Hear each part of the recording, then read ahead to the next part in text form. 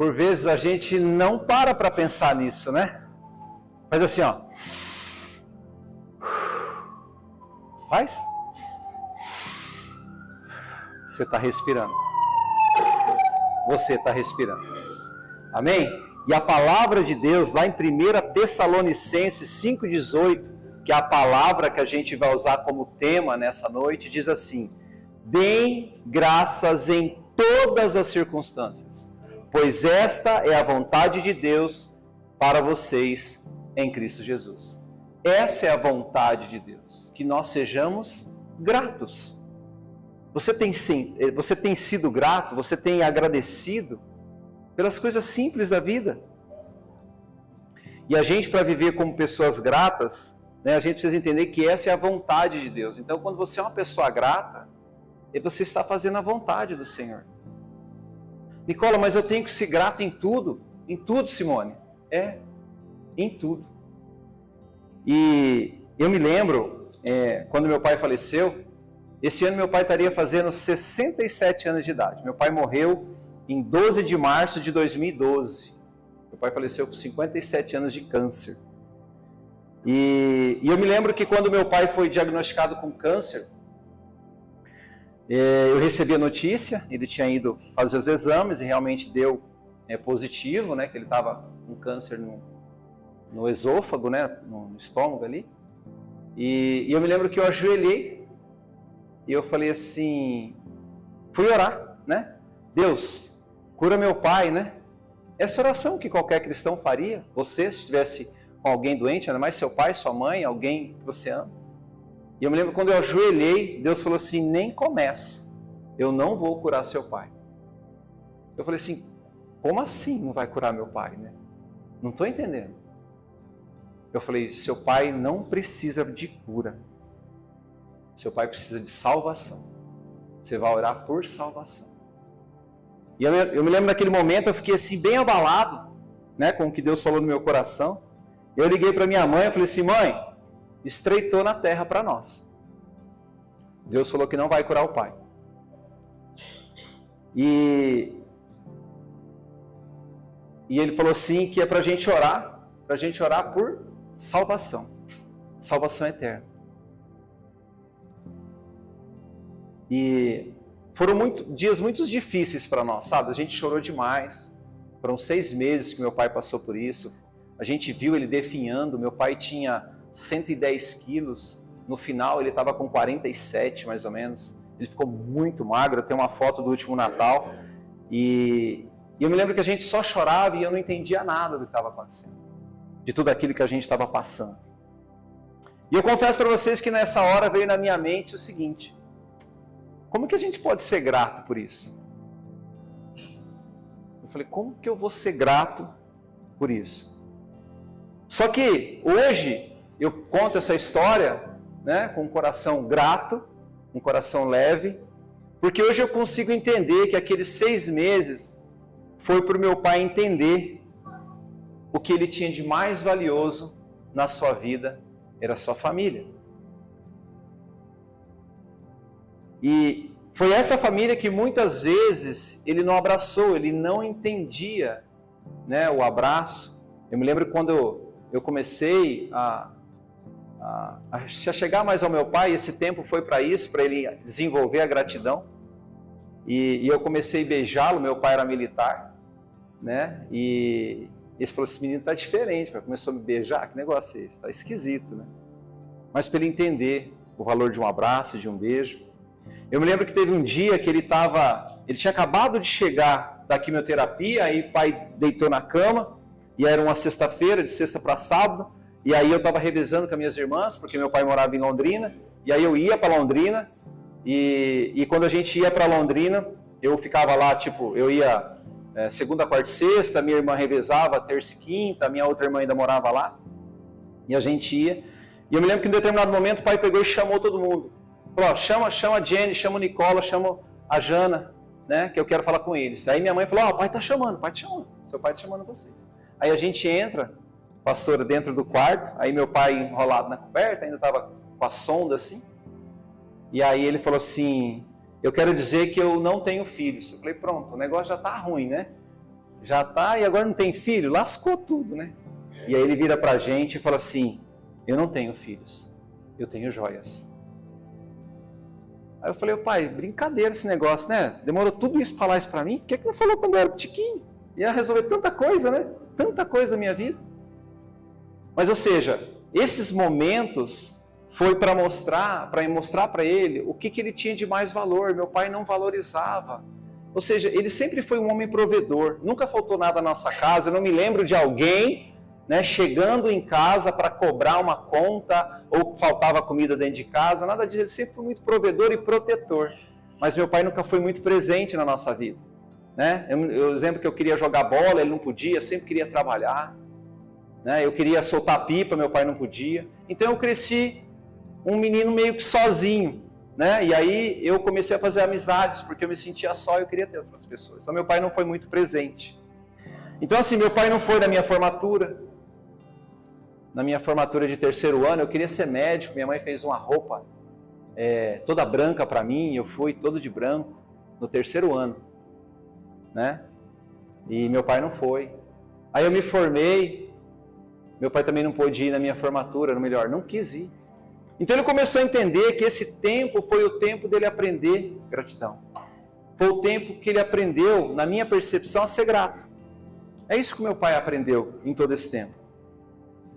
E como eu falei para vocês, 6 meses depois, meu pai veio a falecer, né? Num quarto de hospital nos meus braços.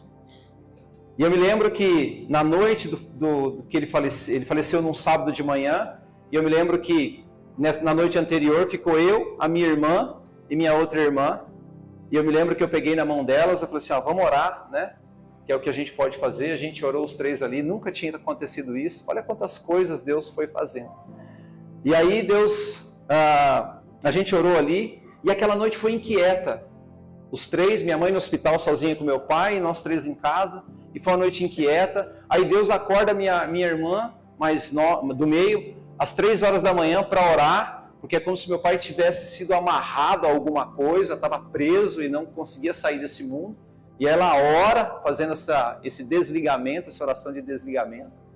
E aí de manhã eu acordo e eu falei para as meninas, eu preciso ir no hospital. Alguma coisa está me fazendo que eu tenho que ir no hospital. E aí eu saio, né, vou para o hospital, chego lá, e aí eu me lembro que eu cheguei assim no hospital, eu entrei, e eu cheguei na porta do quarto e eu coloquei a mão assim. Né? E aí minha mãe estava sentada na beira da cama, e minha mãe, ela foi enfermeira de alto padrão por muito tempo. E aí minha mãe começou a olhar para os pés do meu pai, e os pés do meu pai já estavam começando a rachar, porque meu pai estava em coma. E a minha mãe falou assim, olha, minha mãe, umas coisas interessantes. E naquele momento minha mãe colocou a mão assim no meu pai e falou assim, Senhor, não deixe o meu marido sofrer, não deixe o meu marido passar por essa situação. E aí a minha mãe orou, né? E assim que a minha mãe orou por esse pedido, eu estava na porta, aí minha mãe falou assim, seu pai está indo. No que seu pai está indo, do jeito que eu estava com a mão na porta assim, eu saí, fui até perto dele assim, peguei na mão dele, e aí eu comecei a cantar. Segura na mão de Deus, segura na mão de Deus, pois ela te sustentará. Não temas, segue adiante e não olhes para trás. Segura na mão de Deus e vai. Quando eu disse vai, meu pai deu o último suspiro e foi. Então às vezes eu fico olhando para essas questões que vocês às vezes passam, e às vezes você briga com seu marido, você briga com a sua esposa. Você que tem pai vivo, você que tem mãe viva, filho, amigo, abraça, diga que ama. Às vezes eu vejo as pessoas brigando, né? Nossa, me mandou um áudio de 6 minutos. Deixa eu te falar, tudo que eu queria era um áudio de 1 minuto do meu pai para ouvir. Hoje o que eu tenho feito, eu gravo vídeos para a internet, para o YouTube, eu gravo vídeos lá no meu canal. A grande maioria das pessoas acha que eu estou fazendo alguma coisa por causa da minha profissão, também mas o grande segredo de tudo isso, e aí vocês vão saber agora, é porque eu estou deixando um legado para os meus filhos. Porque eu sei que um dia eu vou embora, um dia eu não vou estar aqui, mas eles vão poder falar, nossa, deixa eu ouvir o papai, deixa eu ver o que o papai pensava, qual Deus ele servia. Então hoje eu faço isso primeiro para eles, e automaticamente vocês são abençoados. Amém? Então assim, a gente nunca vai saber o momento do último adeus, a gente nunca vai saber o último suspiro, a gente sempre precisa entender que a gente veio aqui para amar. Esse é o teu único propósito, você precisa aprender a amar. E por que disso? Lembra quando a gente era criança? Eu lembro. Eu ia na igreja e eu gostava de cantar uma musiquinha. 3 palavrinhas só, eu aprendi de cor, Deus é amor, pra lá, lá, lá, lá, lá, lá, lá. Não era assim? Era assim. Eu vinha aqui, eu cantava, eu pulava, eu achava sensacional. Porque é tudo sobre amor, porque Ele é amor e o reino dele é amor. Não tem como. Deixa eu te falar, é a forma de comunicação de Deus é amor. Eu preciso me comunicar por amor. E aí, o maior ato de amor, de repente você fala assim, nossa, eu nunca recebi uma declaração de amor. Deixa eu te falar, Ele morreu na cruz por você. Esse é o maior ato de amor. E isso está registrado na Bíblia, lá em João 3,16. Porque Deus amou o mundo de tal maneira que deu seu Filho unigênito para todo aquele que nele crer não pereça, mas tenha vida eterna. E isso precisa estar expresso nas nossas atitudes e também nos nossos comportamentos. Amém? E aí, a palavra de Deus diz assim, né? Eu lembro quando meu pai faleceu, essa é uma palavra que veio do meu coração, a pastora inclusive leu no culto fúnebre, Salmo 139, versículo 16 especificamente. Os teus olhos viram o meu embrião. Presta atenção, imagina Deus olhando você assim, o embrião. É sensacional, né?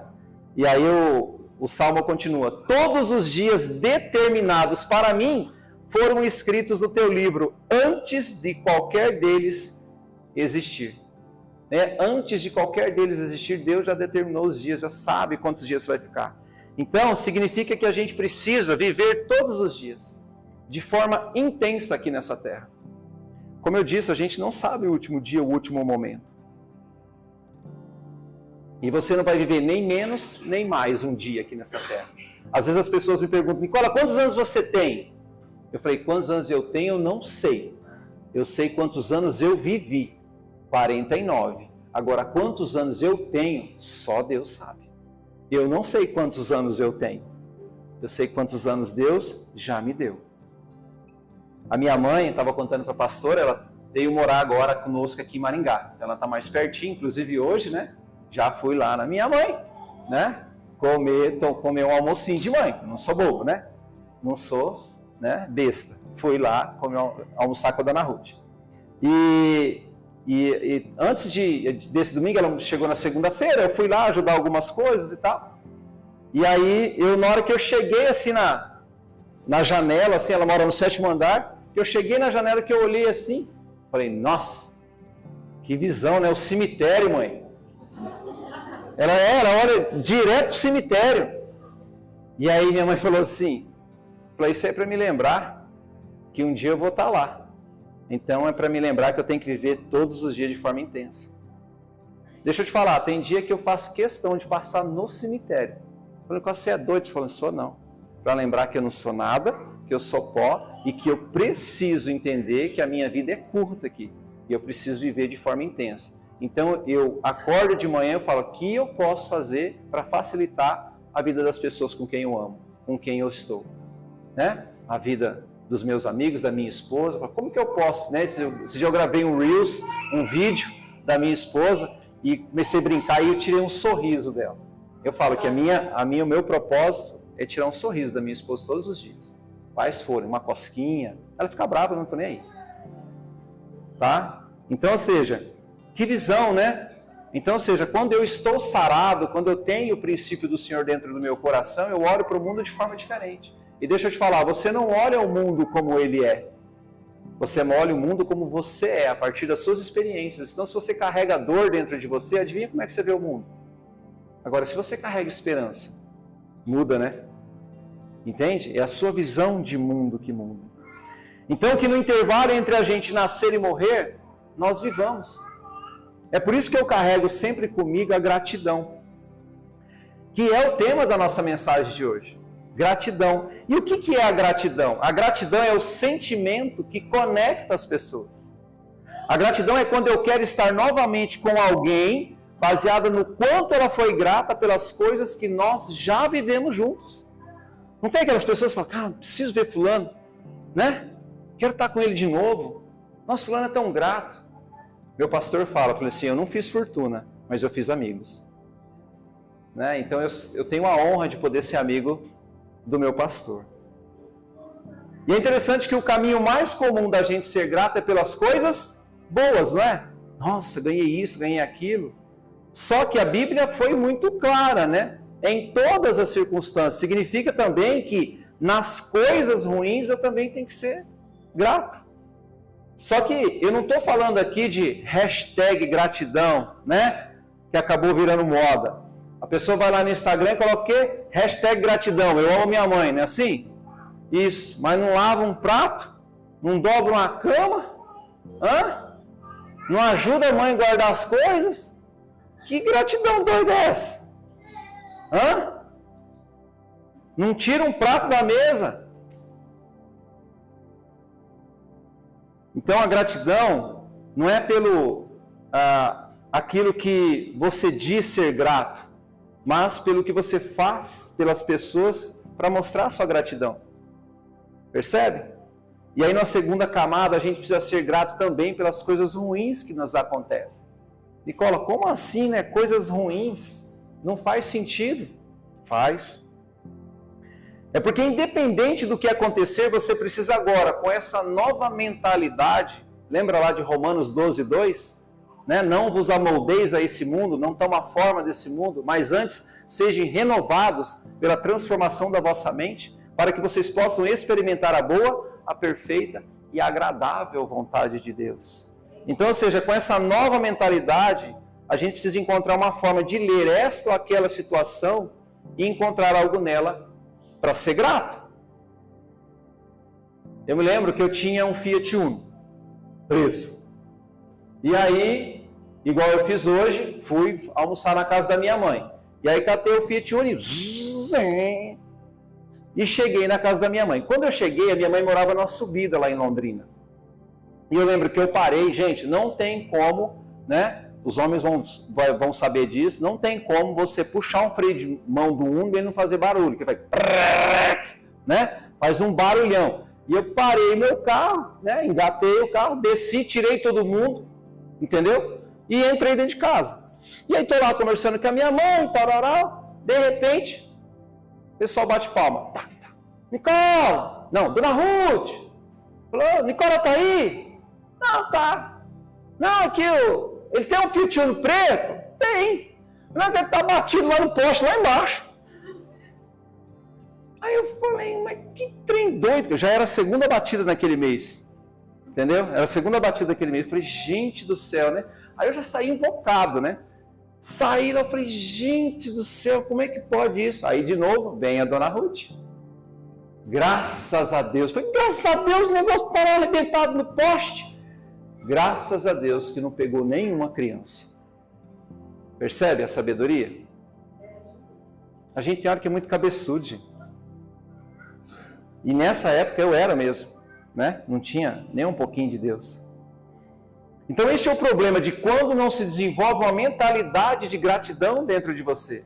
Quando você não tem os princípios de Deus dentro de você, ao invés de amar as pessoas e usar as coisas, normalmente nós estamos amando as coisas e usando as pessoas. A gente precisa mudar esse padrão. Não é? Povo doido. Nesse nível é interessante que quando eu consigo ser grato pelas coisas boas e também pelas coisas ruins, eu começo a entender que tudo que acontece na minha vida coopera para o meu bem. Romanos 8, 28. A versão da Bíblia Viva me diz assim: e sabemos que tudo quanto nos acontece está operando para o nosso bem, se amarmos a Deus e estivermos nos ajustando aos planos dele. Então eu preciso estar alinhado com o que Deus quer para a minha vida. E daí o entendimento que as coisas boas e as coisas ruins me fazem avançar como pessoa para me tornar uma pessoa melhor. E eu vou crescer quando essas coisas me acontecem. Lembra do meu pai? Eu não entendia a morte dele. Eu não entendia por que o meu pai... Deus levou meu pai e não curou meu pai. E aí o que eu vou contar para você agora é a minha experiência com Deus, ok? Não estou dizendo que é a sua, que fulano morreu porque tinha alguma coisa. Estou dizendo o que aconteceu. E eu falei, Deus, por que o Senhor não curou meu pai? Por que o Senhor não trouxe a cura para ele? Meu pai era novo. E eu, um dia, sonhando, Deus me revela em sonho por que levou meu pai. Meu pai sempre andou armado. Meu pai sempre esteve em boteco. Meu pai sempre tomou pinga. Meu pai era um alcoólatra. E no final da vida ele tinha diminuído bastante por causa de nós, por causa da minha mãe. E Deus me revela. E eu me lembro que eu estava andando na avenida que a gente morava lá em Londrina, andando na avenida Saul Elquinde, até lembro. E tinha um bar, e eu vi que todo mundo corria, estava saindo correndo desse bar.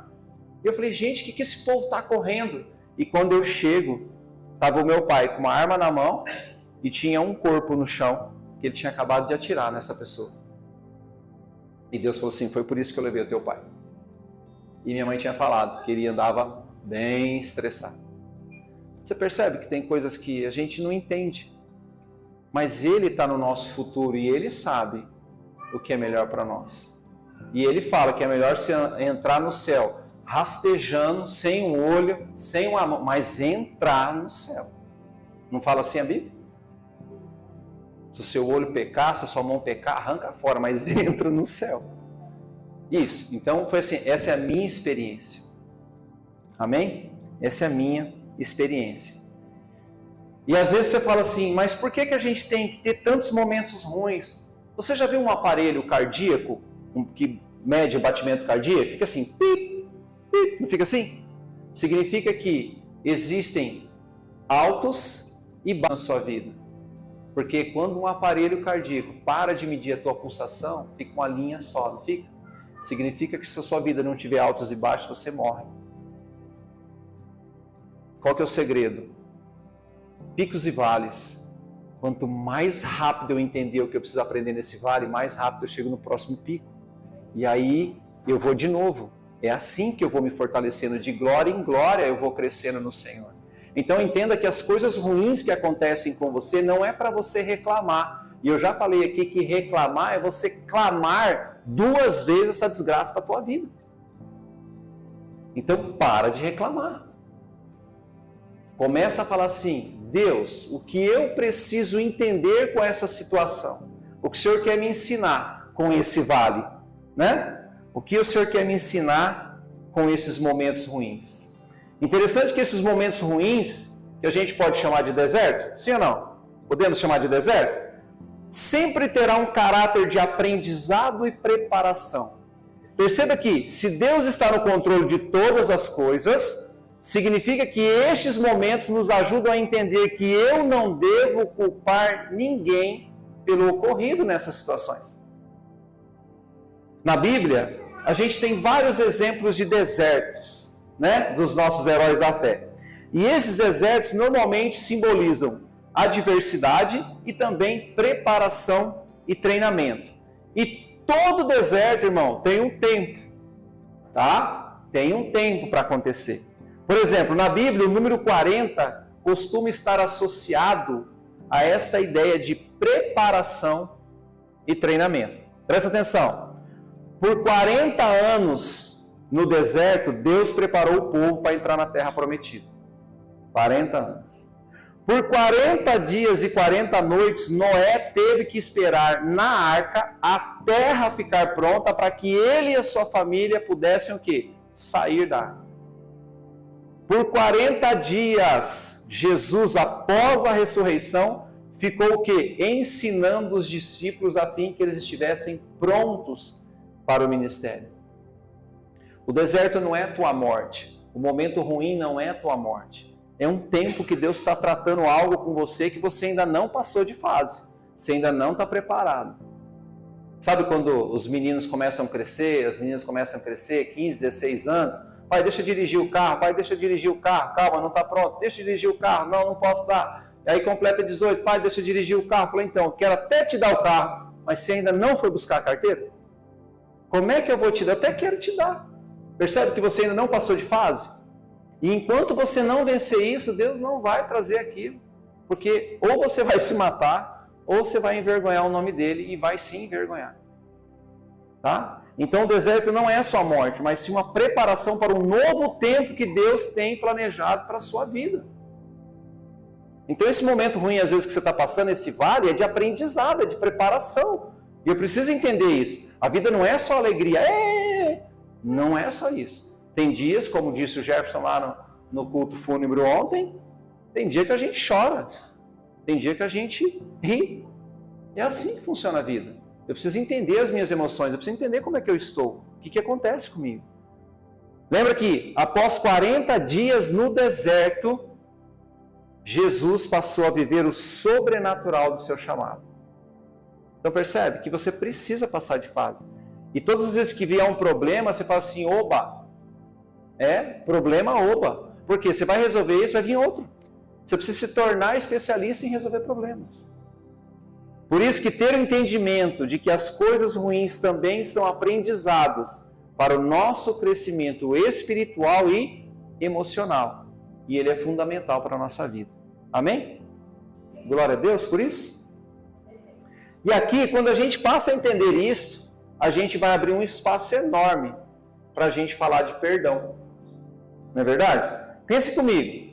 Já que eu não tenho um porquê de culpar as pessoas pelas coisas ruins que me aconteceu, e também eu não tenho um porquê de estar magoados com elas, significa que eu também não tenho um porquê de deixar de perdoá-las. Faz sentido? Então agora eu não estou olhando, eu tenho agora uma maturidade, uma mentalidade de Cristo, eu estou crescendo nele, e agora eu começo a olhar para as pessoas que me fizeram mal, e eu tenho a capacidade de olhar para elas e falar assim, eu posso perdoar você, porque ele me amou primeiro e me perdoou. E aí, às vezes eu tenho certeza que você conhece alguém que tem habilidades, tem potencial, poderia estar aí arrebentando em termos de resultado, ou seja, poderia estar numa fase extraordinária, ter uma vida plena, feliz, vivendo de forma abundante, vivendo um mundo, né, de possibilidades, só que não avança. Por quê? Normalmente não avança nesse cenário de vitória, porque não perdoou alguém. Está preso emocionalmente a alguém. E por não entender que a vida é feita de altos e baixos, fica preso a essa pessoa. Então eu não sei qual é de repente você já resolveu tudo, você só precisa perdoar para Deus passar você de fase. Só isso. Entender que esse momento ruim foi um tratamento de choque em você. Algumas pessoas é tratamento de choque, né? Eu mesmo tenho um tratamento de choque. Eu falo que para Deus dá umas missão Rambo, né? Para mim é Chuck Norris, uns negócios meio lá, né? Highlanders. Mas eu falei, Deus, de hoje em diante, eu vou sempre caminhar com o Senhor, com aquilo que o Senhor quer para mim. E por vezes eu falo, Deus, eu estou com medo. E aí ele fala assim, eu não te dei espírito de medo, mas eu te dei espírito de amor, de equilíbrio e de coragem. É esse espírito que eu te dei. É esse espírito que eu te dei. E é esse espírito que está em você. Você precisa começar a agir. E eu quero concluir. Paulinho está aí? Nossa! Você caiu de paraquedas aqui, fala a verdade. Não, você não estava aí não. Gratidão, né? Salmo 50, versículo 23 diz assim: quem me oferece sua gratidão como sacrifício, honra-me, e eu mostrarei a salvação de Deus ao que anda nos meus caminhos. O segredo da felicidade é contar as suas bênçãos, enquanto os outros somam os seus problemas. Vou falar de novo. O segredo da felicidade é contar as suas bênçãos, enquanto os outros somam os seus problemas. Tem pessoa que só conta problema, conta problema, conta problema. Conta bênção, irmão. Isso é ser grato. E por fim, eu quero deixar aqui algumas dicas para você aprender a fazer a vontade de Deus, ou seja, praticar a gratidão. Primeira coisa, crie novos caminhos. A doutora Caroline Leaf é uma neurocientista, ela fala o seguinte: ao pensar, você muda a estrutura do seu cérebro. Quer ver uma coisa? Se eu falar para você pensar num acidente ali na pista, muito ruim, um caminhão que acabou batendo de frente com o outro e aí acabou uma família morrendo, olha o sentimento, né? Agora eu vou falar para você assim, pensa numa praia, né, Evelyn? Aquele marzão, você lá na beira da praia, aquela aguinha de coco. Quando eu penso, eu tenho a capacidade de mudar a estrutura do meu pensamento. Eu escolho o que eu vou pensar ou não. Então você pode pensar nos problemas ou pensar naquele que cuida de você. Segunda coisa, escolha 5 coisas. Crie o hábito diário de dizer ou escrever 5 coisas pelas quais você é grato. E você pode fazer isso antes de dormir ou ao se levantar. Eu tenho esse hábito. E nós, crentes, qual que é o hábito? Antes de dormir, dobra o joelho. E aí você está orando, agradecendo. 3. Pega seu celular, coloque um alarme da gratidão. E aí o alarme vai tocar. E na hora que tocar, traga a sua mente. Peça para Deus trazer a sua mente, porque você é grato. Esses dias eu parei na minha rua assim, estava entrando com o carro, aí eu olhei e falei, nossa, não acredito que isso aqui está na minha rua. Desci, deixei o carro, voltei, fui lá no início da rua, fiquei olhando uma árvore assim de ipê, cheinha, rosa, cheia de flor. Falei, Deus, eu sou grato porque eu posso ver isso daí. Coloca um alarme para te lembrar. E por último, compartilhe todos os dias com alguém pelo que você é grato. Deus, eu sou grato porque eu posso respirar, eu posso ver as cores, eu tenho uma igreja a qual eu posso pertencer. Eu sou grato. Seja grato. Seja grato. Lembre-se, quando Jesus Cristo é o governante do seu coração, do seu homem interior, da sua mente, ou seja, dos seus pensamentos, da sua compreensão, das suas crenças, automaticamente seus desejos e motivações de gratidão que vêm dele irão fluir de dentro para você, de dentro de você para fora, na vida das pessoas que você ama. Finalmente, você deve exibir uma nova natureza, colocar esse novo eu para fora, porque você é uma nova pessoa criada à semelhança de Deus. A mudança real começa com um coração grato e flui para toda a sua vida para refletir Jesus Cristo em você. Vamos ficar em pé para a gente louvar?